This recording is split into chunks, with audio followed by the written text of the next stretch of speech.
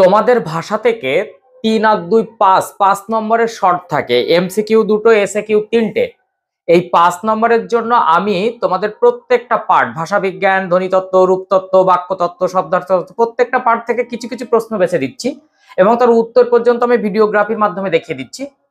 তোমরা সেগুলো দারুণ করে রেডি করে যাও, তাহলে এই 5 নম্বর পেতে কোনো সমস্যা হবে না। তাছাড়া আমি ডেসক্রিপশনে ভাষার 5 মার্কসের জন্য যে একটি আনসার করতে হয় তার যে সাজেশনটা দিয়েছি সেই ভিডিওটার দিয়ে দিচ্ছি, তুমি ডেসক্রিপশন চেক করে নাও, সেই 5 মার্কসটা করে নাও। তাহলে 5 5 10 নম্বর ভাষা থেকে তোমাদের থাকে, এই 80 নম্বর রিটেনে কোনো সমস্যা হবে না। আমি বলছি 2025 উচ্চ মাধ্যমিক পরীক্ষার্থীদের, তুমি যদি নতুন হও তাহলে অবশ্যই চ্যানেলটি সাবস্ক্রাইব করে পাশে থাকা বেল আইকনটি প্রেস করে রাখো, এইরকম তথ্য সমৃদ্ধ ভিডিও পেতে ভীষণ সুবিধা হবে। তো আমরা প্রথমেই তোমাদের একটুখানি বলে দিই যে তুমি গল্প, কবিতা, নাটক, আন্তর্জাতিক কবিতা, ভারতীয় গল্প, পূর্ণাঙ্গ সহায়ক গ্রন্থ, শিল্প সাহিত্য সংস্কৃতির ইতিহাস, ভাষা, প্রবন্ধ রচনা, প্রত্যেকটা পার্ট কি সাজেশন পেয়েছো? ঠিকঠাক রেডি হয়েছে তো? ডেসক্রিপশনটা একটু চেক করে নাও, প্রত্যেকটা পার্টের সাজেশনের ভিডিওগুলো আমি দিয়ে দিচ্ছি, সেগুলো একবার করে দেখে নাও এবং মিলিয়ে নাও শেষ মুহূর্তে যে সবগুলো রেডি আছে কিনা। নতুন করে প্রশ্ন রেডি করবে না, তবে যে পার্টগুলো দেখা দরকার, যেমন তোমাদের 18 নম্বরের এবং 12 নম্বরের, 18 নম্বরের এমসিকিউ, 12 নম্বরের এসএকিউ, এই 18 আর 12 30 নম্বর এমসিকিউ আর এসএকিউ। 30-এ কিন্তু 30 স্কোর না করলে 90 প্লাস হবে না, কাজেই 90 অ্যাবভ যারা নাম্বার পেতে চাইছো তারা টেক্সট বুকটাকে একটু বেটার করে ফলো করো। অন্তত পক্ষে আমি বলবো কবিতা 4টি বা 5টি কবিতা তোমাদের 4 4 8, এমসিকিউ 4, এসএকিউ 4, এখানে কিন্তু বেশি নাম্বার সব থেকে। তারপরে গল্প 3টি থেকে তোমার 5টা এমসিকিউ আর 2টো এসএকিউ, এখানেও কিন্তু অনেক বেশি নাম্বার। নাটক থেকে 3 আর 2 5, এমসিকিউ 3টে আর 2টো এসএকিউ, তার মানে তোমার 2টো নাটক থেকে। আন্তর্জাতিক আর ভারতীয়, অর্থাৎ আন্তর্জাতিক কবিতা ও ভারতীয় গল্প থেকে এক এক করে। এই জায়গাটা টেক্সট বুক একটু ভালো করে দেখে নাও, শেষ টাইমে টেক্সট বুক না বোলালে কিন্তু এখানে ফুল মার্কস পাওয়ার একটা অন্তরায় হয়ে যাবে। চলো কথা না বাড়িয়ে সরাসরি চলে যাই, ভাষা থেকে কোন শর্টগুলো রাখা হচ্ছে এমসিকিউ এসএকিউ সেটা একটু দেখে নাও। চলো আমি প্রথমে ভাষা বিজ্ঞান ও তার বিভিন্ন শাখা থেকে এমসিকিউ এর কয়েকটা প্রশ্ন বলছি। তুলনামূলক ভাষা বিজ্ঞানের সূত্রপাত করেছিলেন স্যার উইলিয়াম জোন্স। এখান থেকে তুমি করবে বর্ণনামূলক ভাষা বিজ্ঞানের আলোচ্য বিষয় সমকালীন প্রচলিত ভাষা। বর্ণনামূলক ভাষা বিজ্ঞানের জন্ম হয়েছিল ইউরোপে।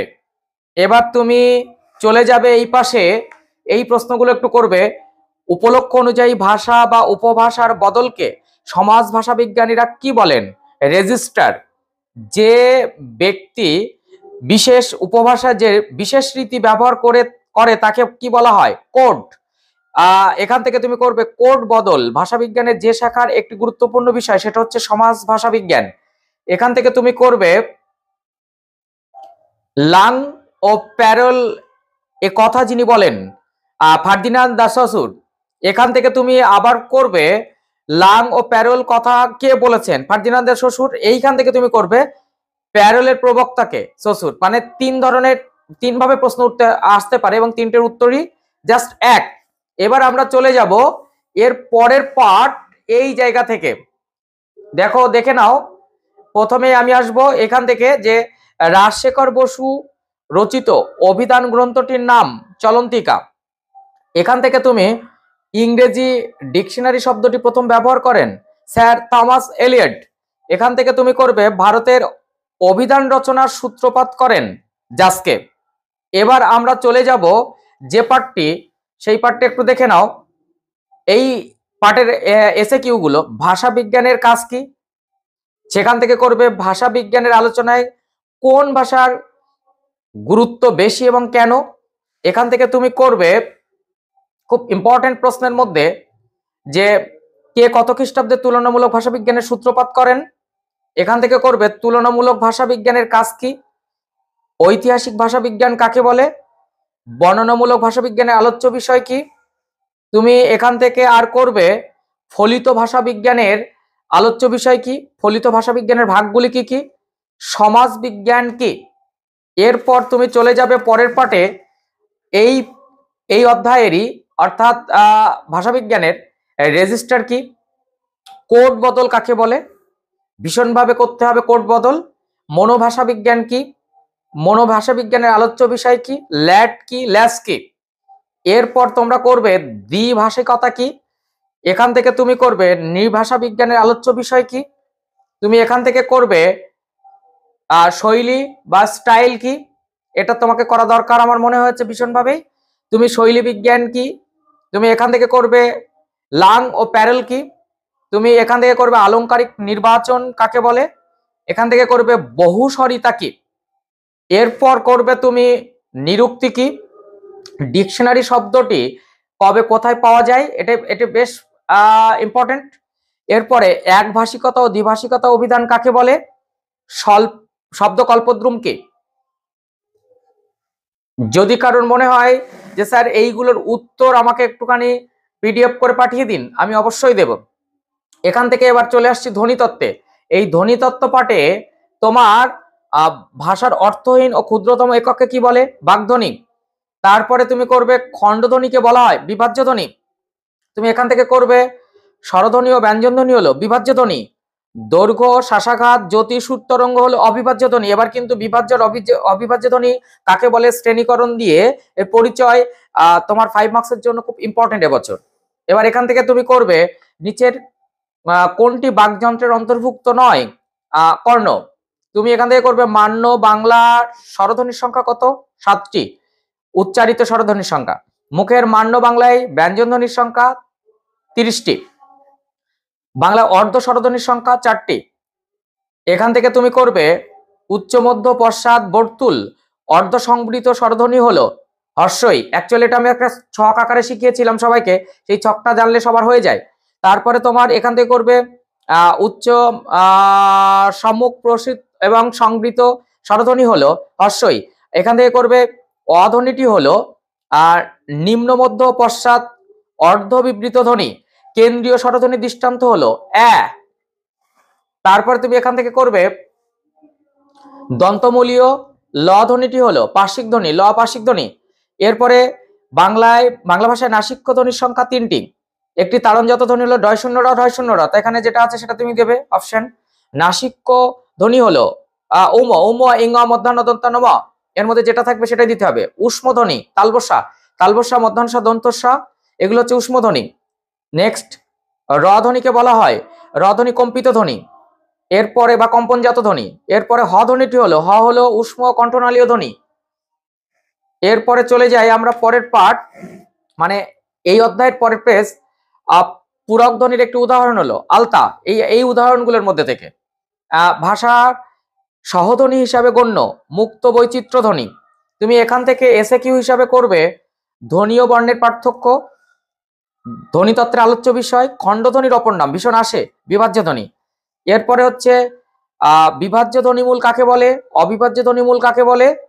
এখান থেকে তুমি করবে মুখে মান্য বাংলায় স্বরধ্বনি ও ব্যঞ্জনধ্বনির সংখ্যা কত, এখান থেকে বাংলায় কয়টি মৌলিক স্বর আছে কি কি।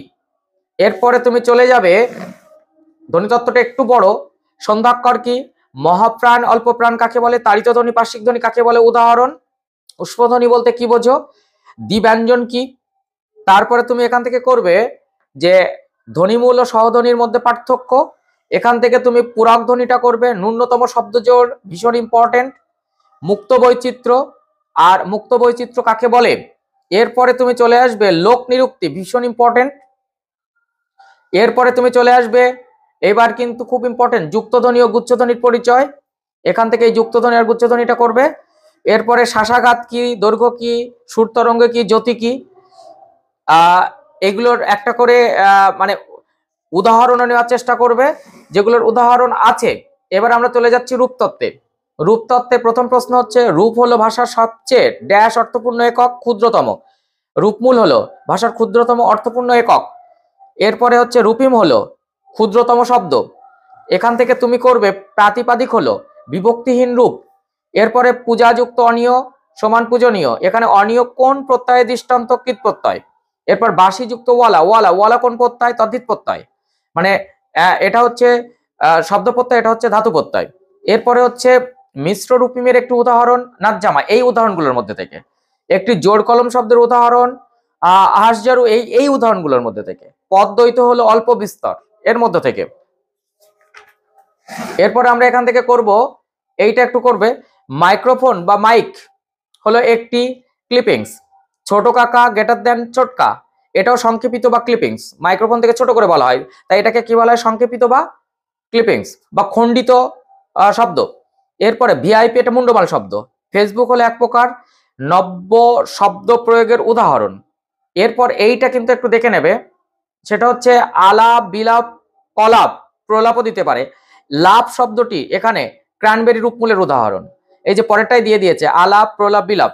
নেক্সট, যে অব্যয় শব্দের শুরুতে বসে তার অর্থের পরিবর্তন করে তাকে বলা হয় উপসর্গ। এখান থেকে এসএ কিউ হিসাবে তুমি করতে পারো, রূপমূল বলতে কি বোঝো, রূপিম ও স্বনিমের মধ্যে পার্থক্য লেখো, সহরূপমূল বলতে কি বোঝো। এবার এখান থেকে করবে মুক্ত রূপিম কাকে বলে, বদ্ধ রূপিম কাকে বলে, প্রাতিপাদিক কি। এখান থেকে তুমি করবে আবিধানিক রূপমূল কাকে বলে, স্বাধীন ও পরাধীন আবিধানিক রূপমূল কাকে বলে, দুটি স্বাধীন রূপমূলের উদাহরণ, ব্যাকরণসম্মত রূপমূল কাকে বলে। এখান থেকে সমন্বয় রূপমূল কি। রূপমূলের ওপরে প্রশ্ন বছর খুব কম টাচ করবে, তবুও তুমি কিন্তু করবে এগুলো। এখান থেকে করবে নিষ্পাদিত রূপমূল কাকে বলে, মিশ্র রূপমূল কাকে বলে, মিশ্র রূপমূলের উদাহরণ, জটিল রূপমূল কাকে বলে। এখান থেকে তুমি জোড় কলম শব্দ ভীষণ ইম্পর্টেন্ট, এটা করবে। শূন্য রূপমূল ভীষণভাবে বছর করার চান্সেস মানে আসতে পারে।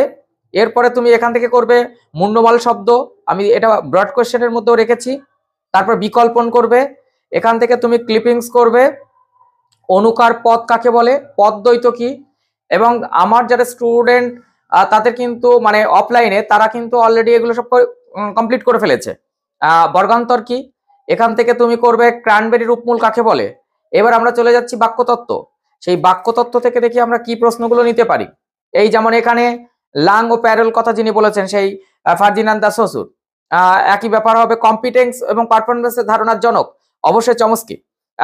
ল্যাডের ধারণার জনক নম চমস্কি বা চমস্কি। এরপরে তুমি এখান থেকে করবে যেসব প্রক্রিয়া বাক্যের চেহারা বদলে দেয় তাকে বলে সংবর্তন। এখান থেকে তুমি এসএ কিউ হিসাবে করবে বাংলা ভাষাকে এসওভি বলা হয় কেন, আর ইংরেজি ভাষাকে এসভিও বলা হয় কেন। এটা ডি হয়ে গেছে, এটা ভি হবে। তো এরপরে হচ্ছে তোমার গঠনগত দিক থেকে বাক্য কয় প্রকার, এই প্রশ্নটি 5 মার্কসের এবার খুব ইম্পর্টেন্ট। এখান থেকে তুমি লাং প্যারোল কাকে বলে সেটা তো করছোই।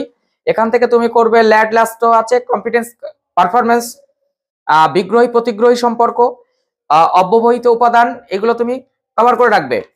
এরপরে তুমি এখান থেকে করবে পদগুচ্ছ কাকে বলে, ক্রিয়াজোট কি, অনুসর্গ কাকে বলে, অনুসর্গ জোট কি, সংবর্তন কাকে বলে, সঞ্জননী ব্যাকরণ করবে। এরপরে তুমি চলে যাবে শব্দার্থ তত্ত্বের থিসরাস শব্দের ব্যুৎপত্তিগত অর্থ, রত্নাগার ভীষণভাবে আসছে। থিসরাস কিন্তু এবছরের ইম্পর্টেন্টের জায়গা রয়েছে। এই যেমন এইরকম ধরনের শব্দের উৎকর্ষ, শব্দের অপকর্ষ, রূপান্তর, এইগুলোর ওপরে। যেমন ঝি শব্দটি আদি অর্থ মেয়ে, আধুনিক অর্থ দাসী, এটি শব্দের কি হয়েছে, অবনতি হয়েছে, তাহলে শব্দের অবনতি বা অপকর্ষ। এখান থেকে তুমি করবে শব্দার্থের উপাদানমূলক তত্ত্বটি কি। এখান থেকে তুমি করবে সমার্থকতা কাকে বলে, এইটা করবে কিন্তু সব থেকে বেশি করে। থিসরাস কি, থিসরাস শব্দের ব্যুৎপত্তি কি, থিসরাসের উপর যত পাঠ আছে। বাংলা থিসরাসের একটি উদাহরণ, থিসরাস কে কবে রচনা করেন, প্রথম আধুনিক থিসরাস কোনটি। আর এরকম শব্দের সংকোচন ঘটে এমন একটি উদাহরণ, শব্দের প্রসারণ ঘটে এমন একটি উদাহরণ। এই পাঠগুলোর উপর তুমি একটু করে যাও, আশা করি তোমার সমস্যা হবে না। তো ভালো করে পরীক্ষা দেবে, তোমাদের এই সিলেবাসের লাস্ট তোমরা এবছর। তো আমরা 13-14-তে এই সিলেবাস পেয়েছিলাম এবং 2024-25-এ এই সিলেবাসকে শেষ করছি। নিউ সিলেবাস অলরেডি স্টার্ট হয়ে গেছে। সেমিস্টার 2 যারা পরীক্ষা দিচ্ছে ওই একই দিনে তোমার সঙ্গে সেকেন্ড হাফে তাদের থেকে শুরু হয়েছে একটা 2024 মাধ্যমিক পরীক্ষার্থীদের ক্লাস 11 ওটার সঙ্গে সঙ্গে নিউ সিলেবাস হয়েছে। তো ক্লাস 11-12 এর জন্য আমি আমার তরফ থেকে যতটুকু পাচ্ছি আমি তোমাদের হেল্প করার চেষ্টা করছি। তোমাদের কেমন লাগছে বলো। নতুন হলে চ্যানেলে অবশ্যই চ্যানেলটি সাবস্ক্রাইব করে রেখো, পাশে বেল আইকনটি প্রেস করে রেখো, আর বন্ধুদের মধ্যে একটু শেয়ার করে দিও। কোনো কথা, কোনো প্রশ্ন কিছু থাকলে অবশ্যই ইনবক্স করতে পারো বা আমাকে হোয়াটসঅ্যাপ করতে পারো। টাটা।